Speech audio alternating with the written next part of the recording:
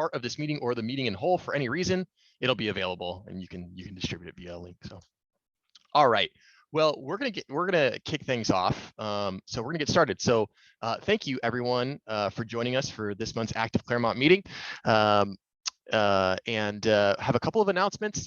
First and foremost, we'll start with the announcements that maybe people are less inclined to listen to. We'll start with those first. Our dues are due. So our membership dues are due. We're calling for those. If you are a member of the organization and you have yet to pay your dues, please get with one of the board members, either myself, Alexandra, Brian, John Hart, Bill Bueller. Any of the board members can point you in the right direction in order to make sure that your dues are paid and you're up to date. Again, the dues are very reasonable. So, and if you have not joined, we would love to have you. Active Claremont is an organization that kind of prides ourselves on keeping our members aware of what's going on in our community, specifically relating to local legislation, community development, and volunteerism. So if there's any audience participants that are not members of our organization, we would love to have you. We have very, very affordable membership rates. Our dues are about $10 a year, so very affordable. The other thing that I would like to make an announcement about is our monthly trash pickup that will be happening this Saturday, March 19th at 8 a.m. That'll be at St. Luke's Church is where we'll meet, and we'll meet in the sort of the northeast portion of the parking lot. Bill Bueller will be leading the trash pickup effort this month. I will be away from the area, but Bill will be here and he will lead everyone in the trash pickup. So if you're looking to get out and get active amongst our community and contribute in a positive way, we'd love to see you. And we clean up basically all of Baseline from pretty much actually Corey's house to pretty much the freeway. So we will be out there for that, and we'd love to have anyone out there.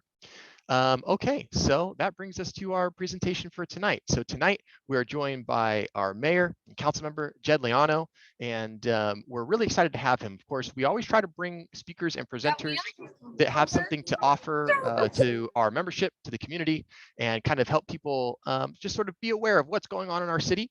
And anytime we can have someone like the mayor join us, it's always a great event. So we're looking forward to that. Jed's going to provide some information about sort of his background and his expertise. And at the end of the presentation, we will open it up to a little bit of Q&A, and that will be available. So you'll be able to ask, well, myself or Jed, whatever questions you might have. The easiest way to do that, and I'll remind everybody again at the end when we get to this point, the easiest way to do that will be to go ahead and just type your question right in the chat. The chat is public, it's open, everybody can see it. Type in your question, I'll read it off so everybody can hear it, and then we'll get you an answer if we can.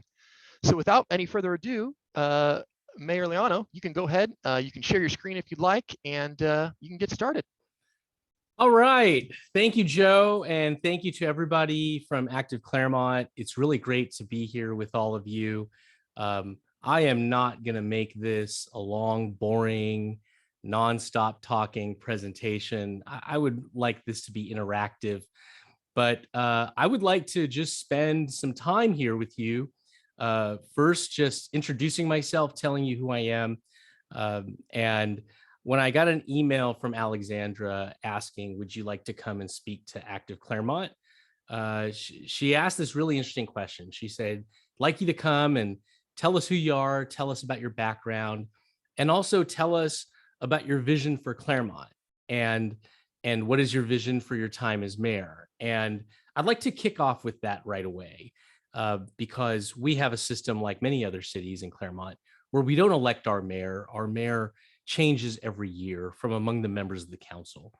And I want to start just by saying that as mayor, I don't get the privilege of having an exclusive vision. Whatever's going to happen in Claremont, it's going to happen because of the work of 5 people on this council. And I'm only one of those 5. But I have 2 distinct responsibilities in this job. And that is number 1, obviously public representation, speaking on behalf of the city council. Anytime somebody receives an award, a recognition, some sort of opportunity to be recognized, on behalf of the council, it's my responsibility to do that. And I intend this year to do that with as much dignity and grace as possible, befitting the job of Mayor Claremont. But with regard to what's going to happen this year and what's my vision, I don't have an exclusive vision. The vision for the city is going to be our vision, me and my colleagues on the city council. I don't think of myself as having any more votes or responsibilities. We're going to have a discussion about whatever it is we're going to do. But my duty is to make sure that that discussion is thorough and fair. So everybody on the council is being heard equally and has a chance to express their concerns and their thoughts and whatever objectives are important to them. And when we concluded our priorities workshop setting this year, just about a month and a half ago, I made a comment to all of my colleagues that it's very easy in contemporary politics to pick sides on things, to assign I'm a part of this or I'm opposed to this. And I think it's safe to say that everybody who gets elected to office has some sort of allegiance or alliance to some thing or group or idea. But in Claremont, whatever problems we have to fix, those problems are going to get either fixed or not fixed, regardless of what we're a part of. So I don't have any interest in highlighting any of our differences. I want to spend my time working on the things we can agree on. What can we get things done on to help improve our city? And any minute spent not doing that, I think, is a minute wasted. So clearly we're going to have differences. Clearly we're going to have disagreements, but we ought to try to use that energy to find common ground and solutions, because finger pointing and assigning blame isn't going to get us anywhere. If we can come together, resolve our differences and solve some problems, that's what we were elected to do. And that's what people want from us. So rather than just go through a laundry list of policies and objectives, I'd like to spend this first part of my time with you. I'd like to just tell you who I am. I'd like to tell you where I'm from and what I do for a living and how my career came to be. Because I think when you talk to your leaders, it's just as important to understand who people are and what experiences in their life shape them. And so with your permission, I'm going to share my screen and I'm going to do a very brief PowerPoint presentation that will hopefully, when this is all over, you will be able to say that you learned all about me and that you learned the basic things of who I am. And I think if we spent more time understanding who people are, we'll do a better job of working together with everyone. And so I want to share that with you. Like a lot of first generation Filipino Americans, I was heavily, my upbringing was heavily informed by where my parents are from. That tiny little red dot in the middle of the Philippines, that's a tiny island called Marinduque. That's where my mom and dad were born. The place is so small that there's only one road. It goes literally in a circle. It's called the National Road. The lights are out at 8 p.m. every night. And in the morning, you get woken up by roosters crowing when the sun comes up. So you really don't need to stay up past 8 p.m. And you're going to be woken up at about 4 in the morning if you go to my family's hometown province. And that's where my parents are from. I was born in the United States. So when I grew up in the 80s, my heroes were Eddie Murphy and Magic Johnson. Eddie Murphy, when he made Coming to America, I was in the 3rd grade and my parents took me to see it. And I don't think I've ever laughed so hard in my life. I still remember the feeling of being in my chair and my stomach hurting. And like a lot of kids growing up in the 80s, I had a basketball hoop in my driveway and I spent most days of my week pretending that I was Magic Johnson, trying to do something I saw him do on TV. And I'm sure that there's a lot of people in this room who at some point envisioned themselves doing that. I grew up playing golf in Anaheim, California at a golf course called Dad Miller Golf Course. It's a normal public Orange County golf course, but there's something really special about this golf course where I grew up playing. I grew up playing with Tiger Woods. Tiger Woods also grew up playing at this golf course in Anaheim. He now built the Tiger Woods Learning Center. It's one of the premier youth golf facilities, and it was built by Tiger because that's where we grew up. He was 3 years older than me. Also, when we were younger, he hit his growth spurt pretty early, and I was a lot younger than him. So he was already 6 feet tall around, around 13 years old. And he looked like my uncle when I stood next to him. So that's where I grew up playing golf, and that's who I grew up playing golf with. When I was a kid, I thought I was going to be a pro golfer, but then I lost interest in pro golf because I decided I wanted to be a lawyer. And the lawyer I wanted to be like was F. Lee Bailey. When I was 14 years old, the trial of the century started, and it was People versus O.J. Simpson. And F. Lee Bailey, to me, just stole the show. There was a confidence about him when he cross-examined witnesses. When I was really young, I'd put on my dad's suit and I would pretend I was F. Lee Bailey cross-examining Mark Furman on the witness stand during the OJ trial. I thought the way he asked questions was so powerful and intelligent. As I grew up and wanted to become a lawyer more, I developed another hero, Abe Fortas, who was later on nominated to be on the U.S. Supreme Court by President Johnson, but he didn't serve. Abe Fortas was actually from Kentucky. He was the lawyer who served as the counsel for Clarence Earl Gideon. The famous case, Gideon v. Wainwright, was the case in which the U.S. Supreme Court determined that the Constitution guaranteed every defendant the right to an attorney. And Abe Fortas was the lawyer who argued this case. The funny thing is, Abe Fortas always argued in front of the Supreme Court. He had a house in D.C. And when he was about to argue a case in D.C., he would invite the opposing lawyers over to his house for dinner. And it was hugely just an intimidation factor. And when I learned that about them, I thought that was so cool that he would do that. When I grew up and I figured I was only going to be 5'7", I always wanted to play basketball, but I knew I wouldn't be tall enough. So one of my other heroes growing up was Rick Pitino. Rick Pitino was the head basketball coach of the New York Knicks. He was the head coach of the Kentucky Wildcats in the 1990s, took them to win a national championship in 1996. And that was when I was a junior in high school. Coincidentally, my sister went to the University of Kentucky when Rick Pitino was the coach there, which is really funny because that's where I ended up going to college. So I ended up going to the University of Kentucky. And in my first year as a student at the University of Kentucky, they won the championship. And this photograph is Woodland and Euclid. It is the celebration corner at the University of Kentucky. When they win a championship or a big basketball game, everybody celebrates on this street corner. And that was my first year of college.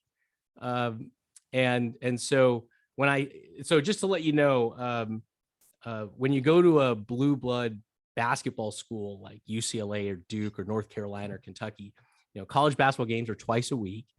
And when it's game day, you're still in college. You still follow your team. And I hate to say it, a lot of these important games are the nights of city council meetings on Tuesday nights. And it's really hard to, put my phone away, just to let you know.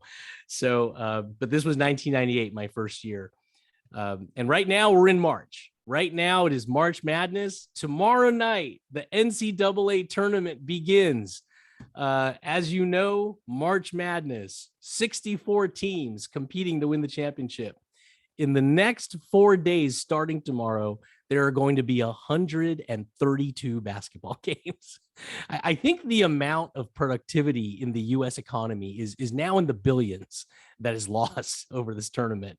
And I am one of the hardcore fans. If in the next 3 weekends, if you're driving by Town Avenue, you'll probably hear me screaming at my television. So when my son was born, I told myself that I was going to take a photograph of me and him at the start of every tournament. And so I started that when he was born. He was born 2014, but our first tournament was 2015. And we have a tradition that at the start of every NCAA tournament, we're going to take a picture together. Don't tell him this. When he goes away to college, I'm going to give him a book with all those photos in it so that when he has his first tournament away from home, he'll remember being with me for those first 17 years. But I didn't go to law school in Kentucky. I went to Rutgers School of Law in Camden, New Jersey. I lived in the Northeast for 4 years, and Rutgers was a really good law school. If I can tell you just what it was like to be there, consistently, Camden, New Jersey was one of the most dangerous cities in America, and it still is. It was consistently one of the most dangerous cities in America. Crime is rampant there, and there is an economic story of this place. Camden, New Jersey was decimated by the closure of a couple critical industries. One of them was Campbell's Soup. Campbell's Soup used to provide tens of thousands of good-paying manufacturing jobs here in the United States, and they moved. And when they left, there was this economic depression that came upon Camden and really just never recovered. And I lived in Camden and went to law school there and experienced that. One of my professors was this man, Rocco Ciparone, one of the best criminal defense lawyers in Philadelphia.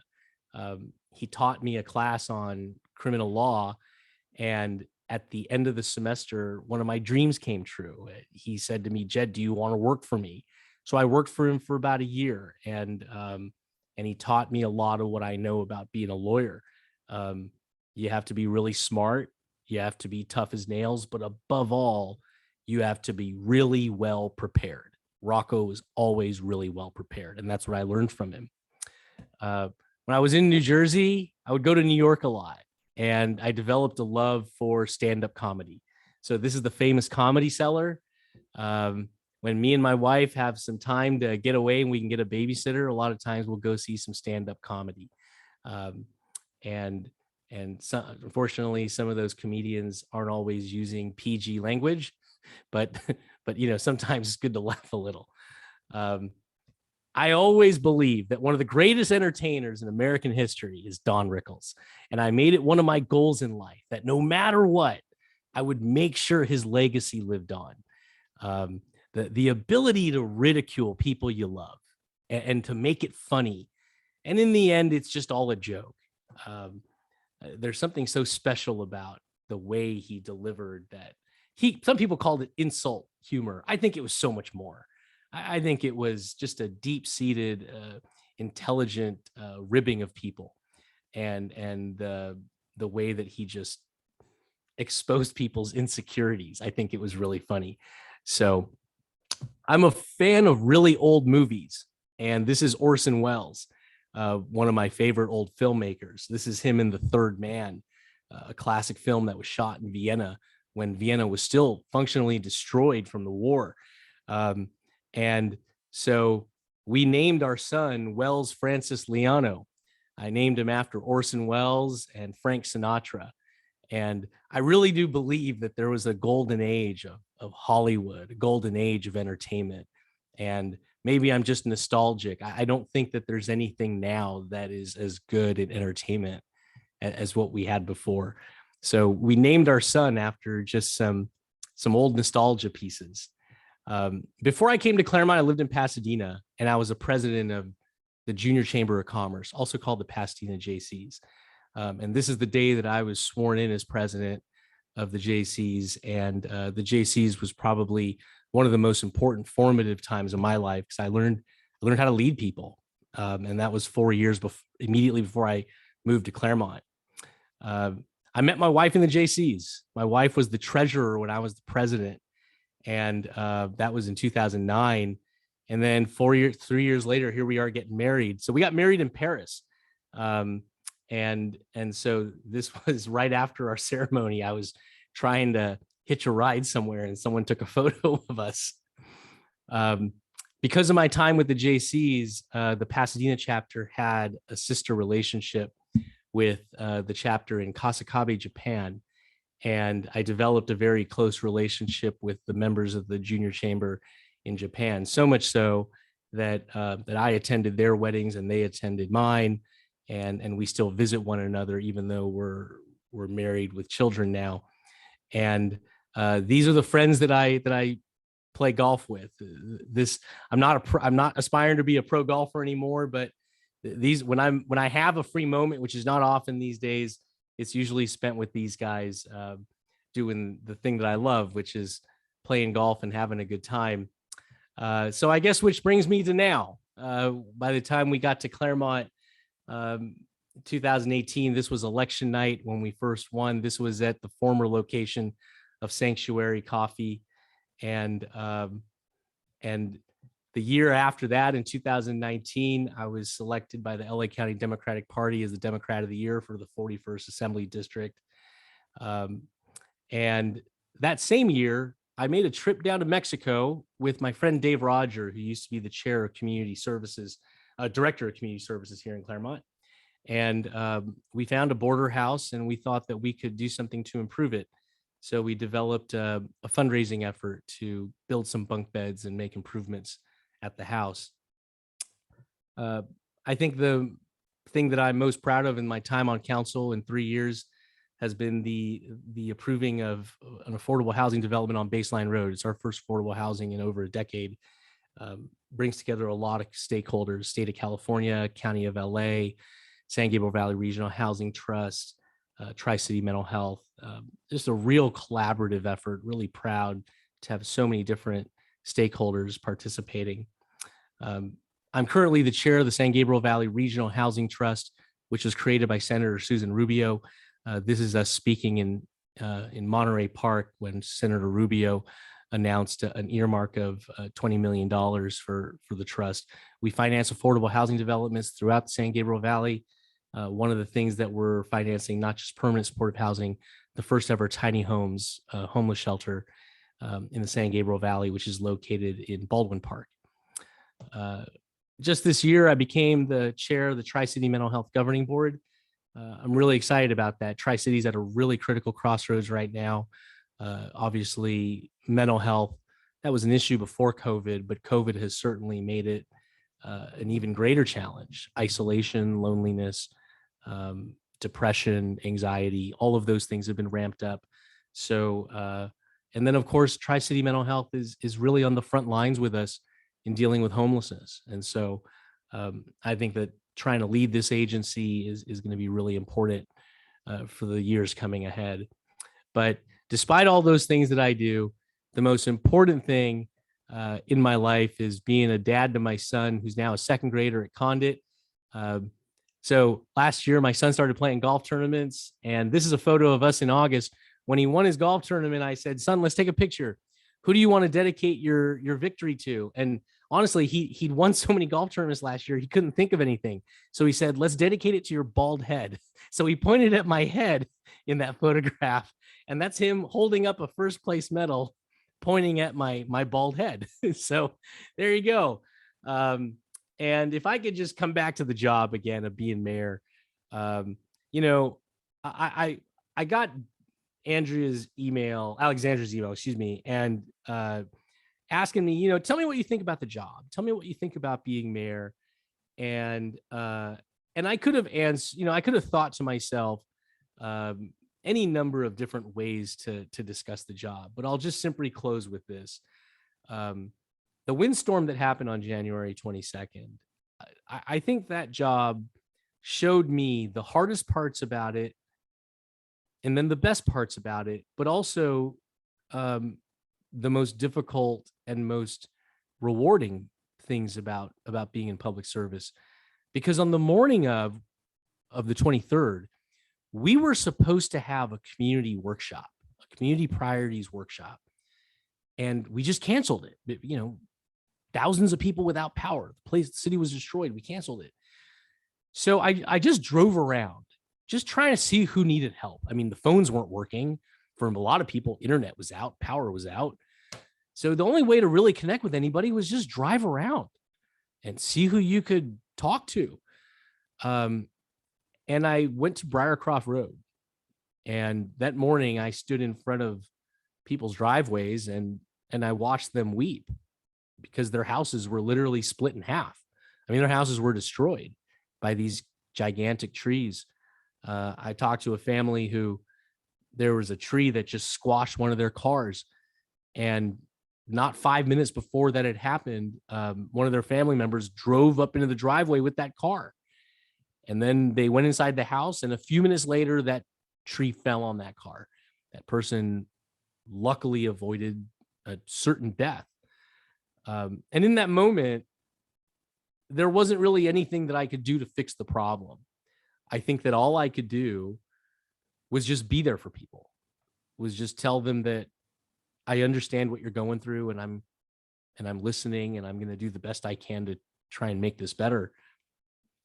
And that was extremely sad and hard just to be there. But the following week on Tuesday, the kids went back to school. Monday classes were off. So on Tuesday, the kids went back to school. And when my son came home, he said, "I have something for you in my backpack." All of his classmates had written a letter to the city council, and they all wrote a letter saying how they felt about what happened. And they also all drew something, like they drew whatever was the most scary thing to them or the most important thing to them. And so the following Friday, I went to that school, and I gave all of those kids a pencil, and I thanked them for writing us those letters. So when I think about this job, when I think about the responsibilities of it, I'll just leave you and close with this. You can have all these kinds of ideas about what you think the job is and what you ought to do. The reality is you don't get to choose the crisis that's handed to you. And the most important things you're going to do are not things you can prepare or plan for. The most important thing you can do is just look people in the eye and tell them that you're there for them, and just try to understand and empathize and support them. And so that's all I have to share. I hope I was under 25 minutes. You did great. You did excellent. And it's always, I feel like, especially as, there's just so much going on. There's so much flying around in general in our daily lives. It's so nice to be able to get to actually learn a little bit more about those people that are leading us, such as yourselves and other council members. I feel like that's something that, a lot of people don't take the time to do. And sometimes it can make a difference, just in helping to understand, where someone comes from and how that affects maybe their decision making, or how their upbringing or things like that affect, how they've become an adult and a functioning member of society, and in our case, an important member of our society. So what I'm going to do now is I'm going to give the membership some time to put together some questions if they do have questions. I've come up with 2 questions. I will get the ball rolling. I'll toss you a couple meatballs, and we'll make it easy. So I have 2 questions. The first one is, and I see already some questions are rolling in from chat. We'll get to those in a moment. So my first question is what aspect from your upbringing, your childhood, your early years, do you think has helped you become a better leader, council member, or mayor? Is there something, was there, a specific event or a specific situation where you felt like something happened in my early years, my formative years, and it has given me a tool to help me now in the position I'm in? Right. That's a really excellent question. And I'll just be brief. When I was starting around when I was in the first grade and all the way up through high school, for many of my years growing up, my dad was overseas. My dad was an electrical engineer, and he worked in Venezuela. He worked in Saudi. He worked in Saudi during the Gulf War when Kuwait was invaded. So if I learned anything, and that was hard on me. I was a second grade kid. I still remember the day my dad left. I was 7 years old. That's the same age my son is now. And my dad would leave for about 4 months at a time, and would come home after 4 months and would be home for about 3 weeks. And I remember that was hard. And to help with that, my mom worked full time. She was a nurse. She worked at nights. And my grandmother and my aunt lived with us to help raise us. And I remember that it was hard. And I was regularly asking why. Why does dad have to leave? And my parents made no bones about it. They said to me just very plainly, your dad has to go because we want to put you through school, because we want you to have a really good education. We want you to have a solid Catholic foundation. So it was very important to them that we went to Catholic school. And they made no bones about it, that your dad's gone for you. We're doing this for you. And so in a lot of ways, I was just as much influenced by his absence as I was by his presence. Yeah. And to a little kid, it's hard to understand that. Why does my dad not work in California when we live in California? And I think that it took a while to understand, but I think that was really formative for me. Yeah. Yeah. Good. Okay, so I'll go over to chat here. So we'll just kind of start at the top. So Robin said, I appreciate your updates on social media during the post windstorm days, which was very helpful. And it's interesting, really quick. We had a trash pickup that morning. That was, the third Saturday. That was our day for trash pickup on Baseline Road.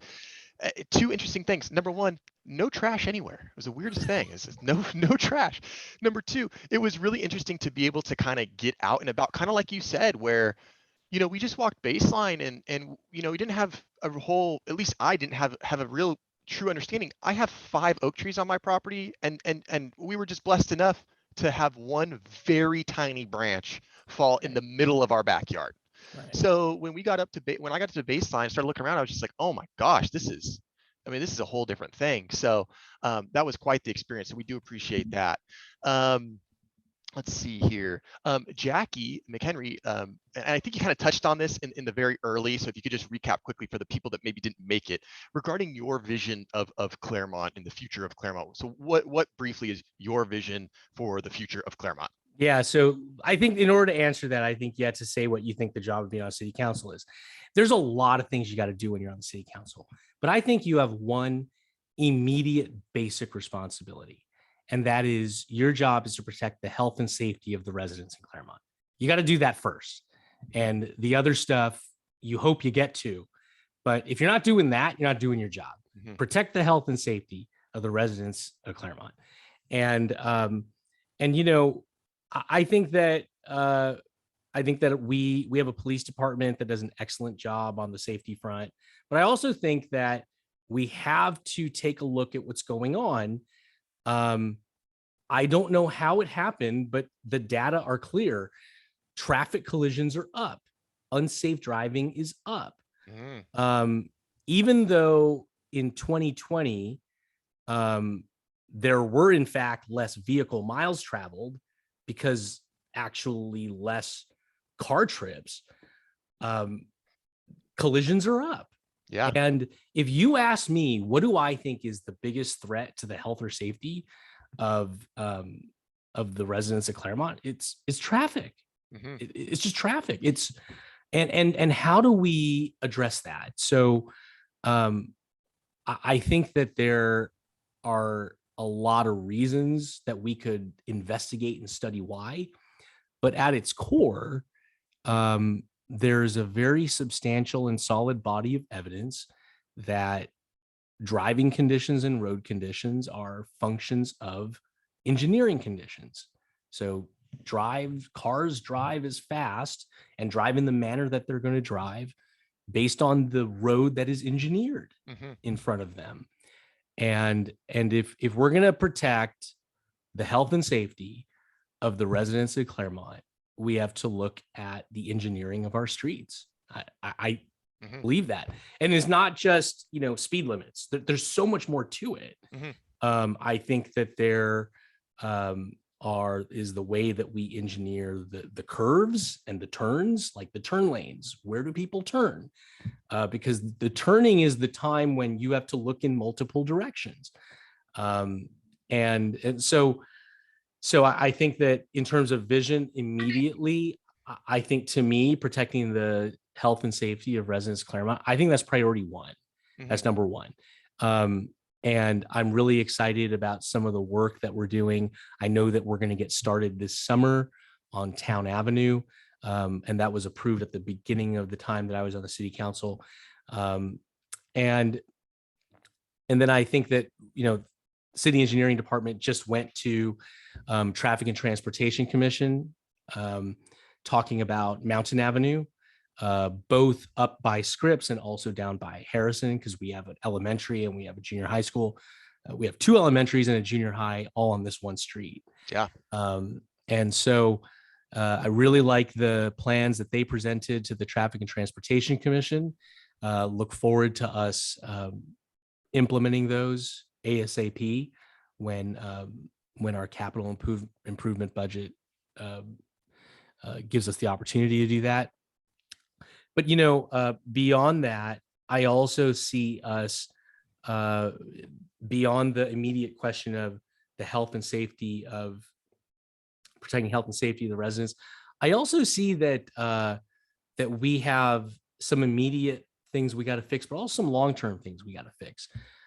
Immediate things that we have to be concerned about. Obviously, we always have to be mindful of our budget. We have to be mindful of the financial health of the agency. We're under 200 employees, but we've got to deliver services to 36,000 people. So we've got to always, keep a mindful eye on the financial health of the organization. But we also have to think long-term. And long-term, I think we have to make a concerted investment in improving our transportation, improving our response to homelessness, expanding upon the response to mental health issues like we have with the PAC team. That certainly is a successful pilot, but I hope that that's not all it is. So those are some things. But vision, I could spend 40 more minutes talking about vision. Sure. But if you ask me the heart and soul of your job is to protect the health and safety of your residents. And I think that the data are clear that even though people are driving less during COVID, roads got less safe. And so we have to address that. Yeah, definitely. Yeah, great answer. So from Alexandra, this is a pretty easy question. Do you have any aspirations for a position in a higher office? Do you have your sights set on anything further, or is it just going to be Claremont? I get asked that a lot, and when I get asked that, it's flattering. But the thing that I can say is, I'm the mayor of Claremont. I'm the chair of the Regional Housing Trust. I'm the chair of Tri-City Mental Health. Yes. I got a second grader who's trying to win a golf tournament every Sunday. I really don't have the time to think beyond next Sunday. It was funny when you were kind of going through, and I did this, and I was that, and I'm the person for this, and I was just thinking, so when do you get to eat and sleep, and when do you get to do those basic functions? So that answer certainly makes sense, and it certainly would seem that your plate is certainly full enough as it is. So that would certainly make sense. We have another question here from Robin Ceballos. Can you talk about the proposed development on Harrison? And it looks like there was kind of a follow-up question to that right below.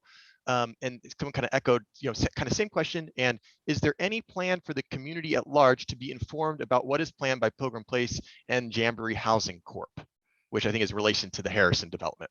Yeah, I think what I'll probably do is I'll let Pilgrim Place speak to that. They're the landowner, and probably what will happen is we proposed an initial award of $1.5 million from our housing successor fund dollars. But the thing is, this project isn't necessarily one in which there will be a city council hearing on it, because we zoned the land for it over a decade ago when we adopted an updated housing element, and we selected the site to include some residential housing units. And so because we conducted that hearing, the city council will not necessarily be holding a hearing to decide whether that occurs. What we'll be deciding is whether to award $1.5 million to the continuation of the project. But Pilgrim Place, I probably shouldn't speak for them. It is my understanding that they will engage in some community outreach to go over what their intention is with that piece of land. Yeah. And another question from Robin: can you give an overview of the affordable housing development on Baseline that you were involved in? Yeah, absolutely. When I became a board member and a city council member, when I became a board member of Tri-City Mental Health, one of the first things that I talked about with the Tri-City Mental Health staff was how do we bring more permanent supportive housing units online? Permanent supportive housing units means that it's a place for people to live, regardless of their income and ability to pay. So it's subsidized by a number of different government programs. But in addition to that, it provides wraparound services, mental health counseling, therapy, psychiatric treatment, if it's necessary, substance and uh, behavioral treatment. And what we learned was that Tri-City owned this parcel, and they were largely underutilizing it. They had this one house on a really long and large parcel. I think it was approximately 40,000 square feet. What ended up happening was we talked with. I was at the 2019 Homeless Initiative awards ceremony, and there was this outstanding excellence in design for affordable housing award given to this developer. Their name was Genesis LA, and their partner was Restore Neighborhoods LA. And their specialty was building these beautiful permanent supportive housing developments that fit into small scale residential neighborhoods. And they won awards for it because they blended in so well. And Tri-City Mental Health started talking with them about the baseline site. And when Tri-City expressed some interest to them, my role then and there was to try to bring other public agencies to the table to see if they would participate. And luckily, we were able to get the Regional Housing Trust involved. Supervisor Solis in the County of LA got involved. HCD got involved, along with City of Claremont giving $1.75 million, Tri-City Mental Health giving $1.2 million, and the land. And so my role in that was convening, finding the regional and state partners to combine to help the financing happen. And I'm really proud of that. It's going to be a beautiful site. Excellent. And so thank you for that. So we have, it looks like 2 more questions. This one, this might be just more of a comment or statement rather than a question, but we'll see. You can feel free to sound off and give your opinion back. So this is from Renu. Hi, nice to meet you again, Jed. Last time your son and my daughter played the Hurricane soccer at Larkin Park. Also, concerned about the Harrison project. The location couldn't be worse. Now, I've heard this around. Self-admittedly, this is in my neighborhood too. I live just Bonita and basically Bonita and Mountain, okay, more or less. And this is something that I've heard. Obviously, vacant parcels are few and far between these days, right, especially in right. Claremont. Given the scope of, and I'm gonna kind of try to help turn this into a question that you can answer. Sure. Given the scope of the project, do you or does the city council or whoever the masters at be, whoever they are, is there any concern about the proximity of that development to El Roble, Larkin Park, Jocelyn Center, the nursery school across the street? Basing from Renu's statement that, the location, in their opinion, maybe is not the most ideal. Was that taken into account? How does the council feel about that? Yeah. So when the site was added to the list of places where we were going to build housing, this happened decades ago, or more than a decade ago. So I wasn't on the city council, and I can't comment for the deliberation that occurred at that time because I obviously wasn't around. I would encourage anyone who's interested, when the opportunity does come for Pilgrim Place to present what it is that they're doing, I encourage just anyone to listen to what is Jamboree's vision for that location.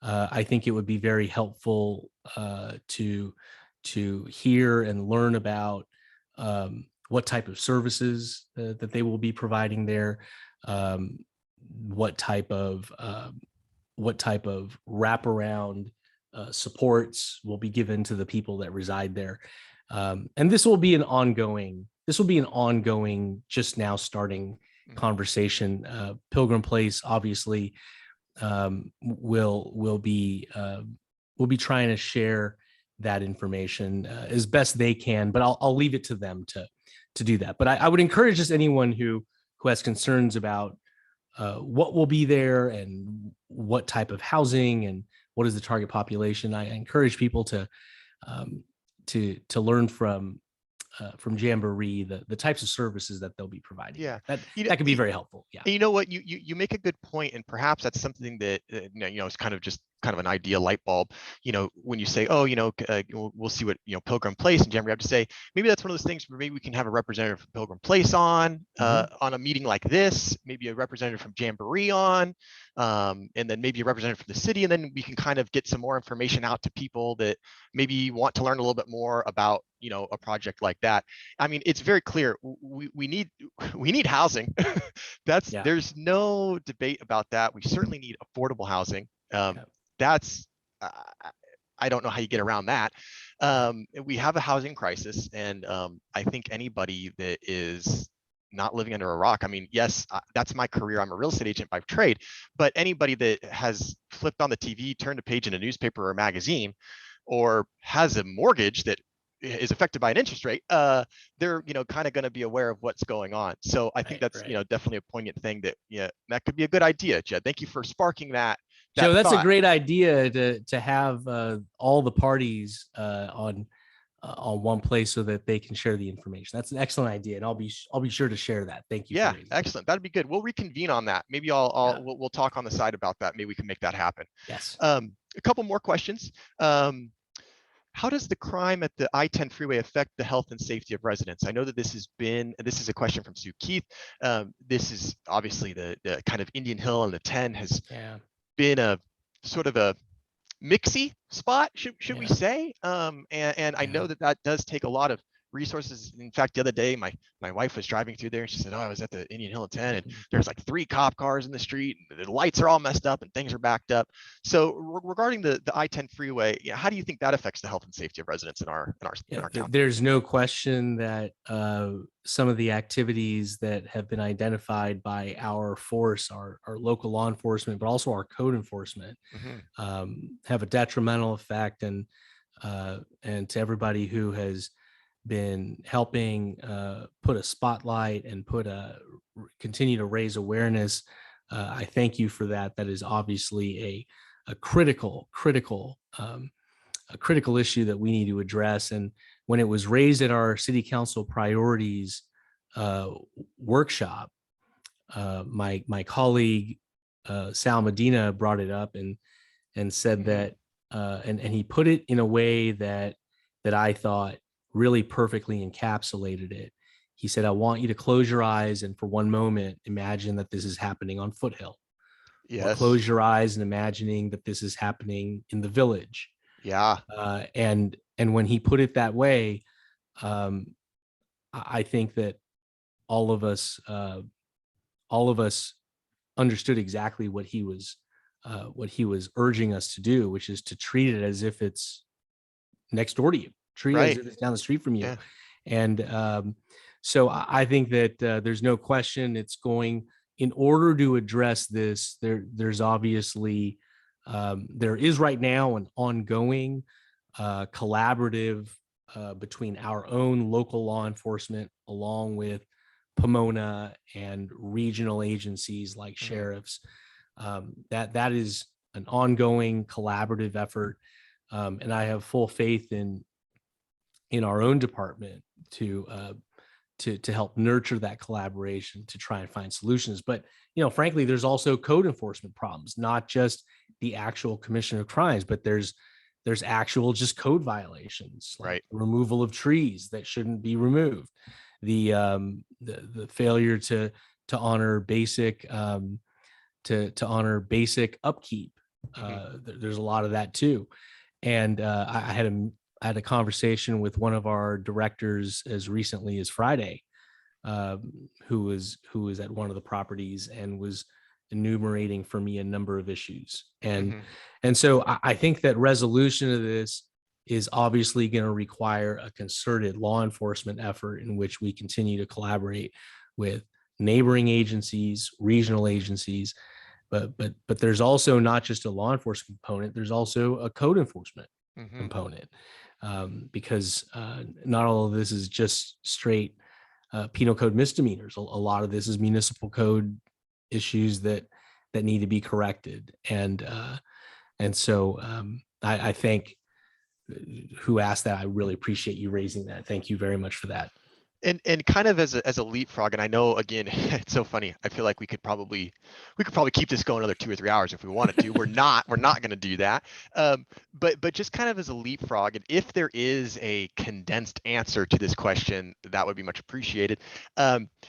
Regarding kind of the 10 freeway, Indian Hill, that kind of area, Claremont Pomona border, obviously we know that there's a long standing history with a couple of hotels down there. I know that people have kind of floated this kind of utopian idea, which I say that I get behind, but it's a very ambitious idea. The idea to convert some of those existing, I think there's 2 down there that could, or what people refer to convert some of those hotels into maybe low income, extremely low income, or supportive housing efforts like we've identified. Now, it's kind of one of those things that you kind of hear kind of mentioned, but is it even realistic? What's the probability of that even happening? Is that something that could happen? Well, first of all, in all of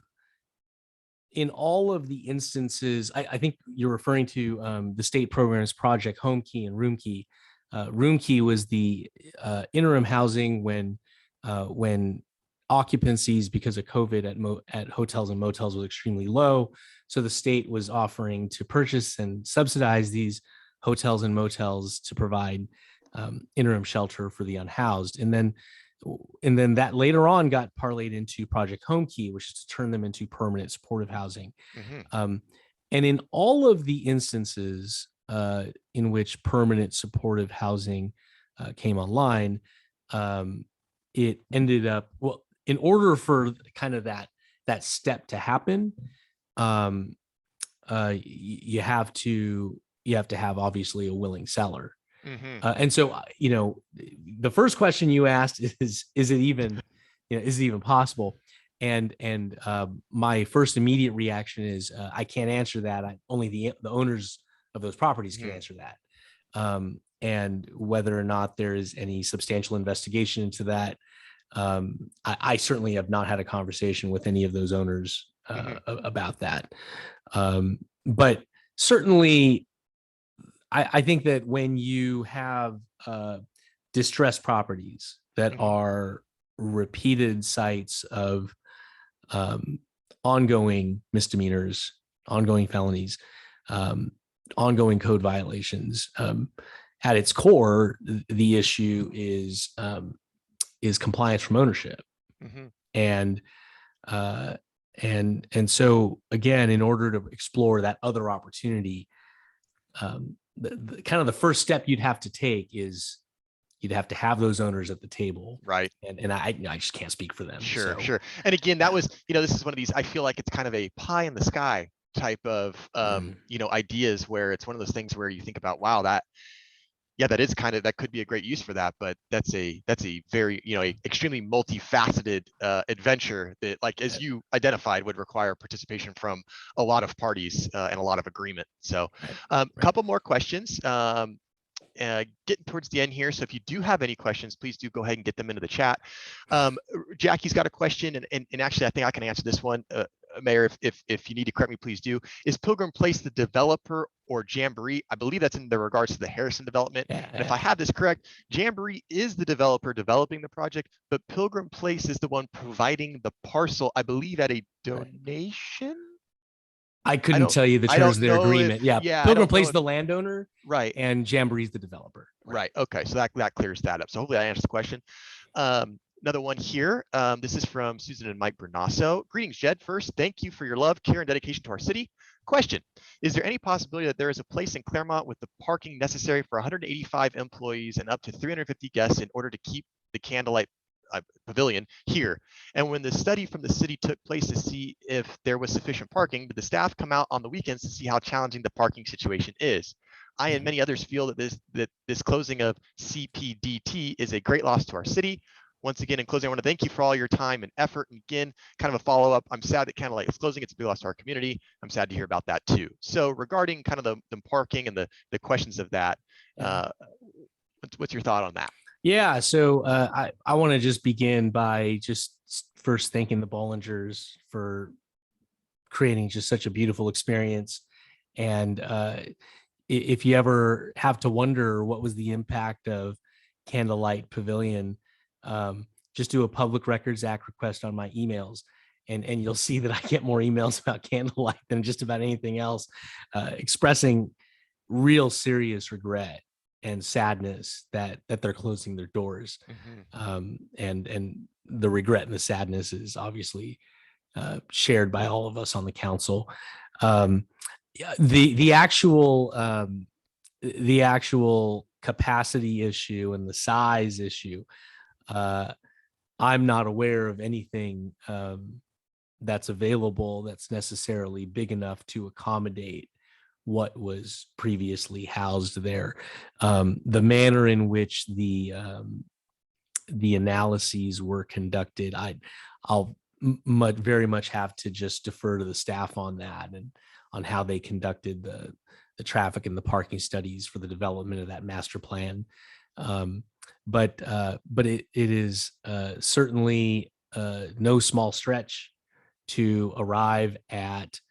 It is certainly no small stretch to arrive at the base conclusion that when you lose something like the Candlelight Pavilion, there's just no replacing it. It's just a very special place and a very special experience, and certainly that's just not something you replicate. So, sure. Do you think that there is a concern? Obviously, I mean, this is just inferencing based on what I see driving past that area every day. Obviously, a large amount, a portion of the parking lot was consumed by the Colby Circle development project. Do you think that there could be any potential future ramifications to long-standing existing businesses by future development, i.e., Candlelight Pavilion kind of falling by the wayside because they lost a feature that they feel is necessary for their business due to the development of Colby Circle? Do you feel that that could happen elsewhere in Claremont? Do you feel that Claremont could lose or miss out on other potential local businesses because of further development, specifically residential? Yeah, I'm not aware that we have anything in which the plans include, the plans include the effective, over vacating of existing sites to the detriment of other. Sure, and that's never the parcels, intention, right? Right, That's never right. the plan. Yeah, unfortunate, but to answer your question, I'm not aware of anything that's coming up that presents those facts. Okay, and one more question. This is actually kind of geared more towards your professional maybe standing. How much discussion has the council had regarding potentially issuing a letter of no confidence in the DA George Gascon?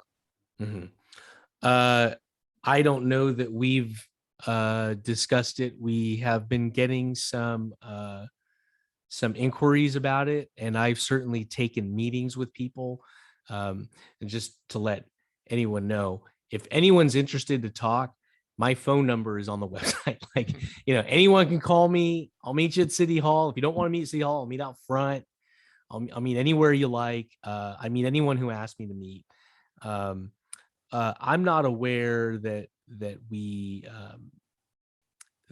are going to be taking that up. And if that changes, I'll let you know.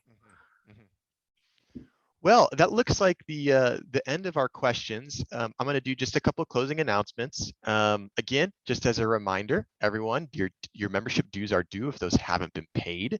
And again, reach out to any board member, myself, Brian, Bill, John, Alexandra, and we can help you do that. We will be having our trash pickup also again this Saturday, 8 o'clock. St. Luke's Church at 8 a.m. And Bill Bueller will be leading that. If anybody has any questions about the organization, please let me know. We are going to be starting an initiative to try to pump up some membership. And so you hopefully going to be seeing some new faces and some new names around.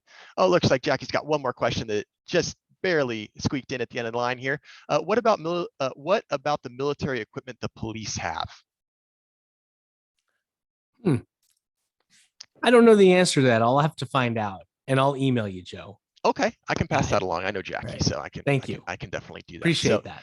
Um, Mayor, we really do appreciate you taking the time out of your obviously very busy schedule to do this. I know that our membership got a lot of value out of this one. It's always nice to have someone that has a very in tune understanding of the finer workings of the city and local legislation. So it's always nice to have someone join us with that type of sort of idea. Oh, thank you, Robin, so much. Yes, the CERT car show. Yes, we are going to have we're going to be kind of doing a sort of a joint venture.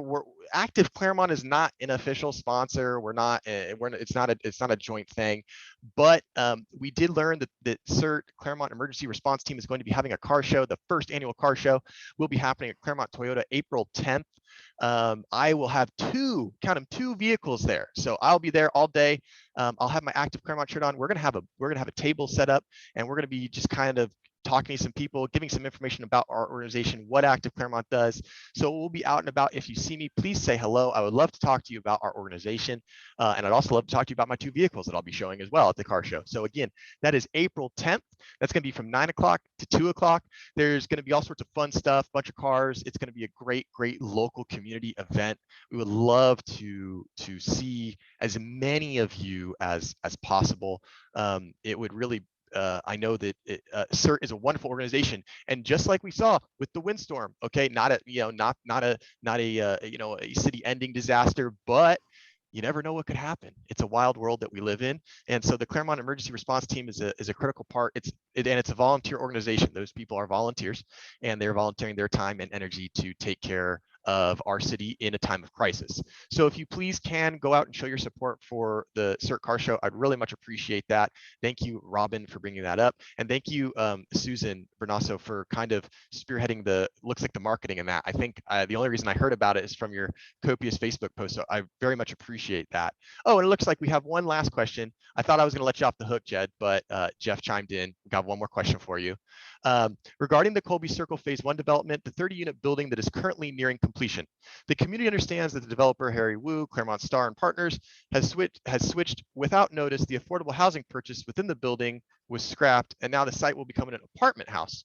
What is the city and council doing to ensure that the approved plan of affordable purchase housing will be built? Thanks for the question. I can certainly take that up with the city manager and inquire about what the next steps will be, and I'll be sure to let the group know. Excellent. And like I said, any follow-up information you can distribute to me, and I can get it out. And again, we'll speak on the side, Jed. They kind of have a couple ideas that could be good programming for everyone, including you, and the city, which is always good. So Active Claremont members, thank you so much. This is a great turnout this meeting. I want to thank Jed again one more time for carving out over an hour in his very busy schedule. Thank you so much for all your wonderful questions. The meeting is recorded. I will pause the recording. We'll get it uploaded to YouTube. It will be available for further use. And it looks like Brian is winding up with something to say. I can feel it in my bones that Brian wants to say something. Brian, what's on your mind? Jeff, or if I could, Joe, just real quick. First of all, those of you that are members that haven't paid your dues, it's time to chime up and pay your dues. That's number one. Number two, Jed, you did a great job. I appreciate the program that you put together. It was really good, and I really appreciate it. And you're doing a great job there. And I want to let you know that we're behind you 100%, I believe. And I appreciate the council and what they do over there. Even though I'm in Claremont, I'm in Laverne, not Claremont, but I got grandkids and my son and everybody else lives over there. So I'm very supportive of what you guys do. And I'm looking forward to the Chamber of Commerce having the State of the City address coming up. And Yes. you're going to be the speaker. So I will see you there. And just so you know, we only had 21 that was actually on the screen.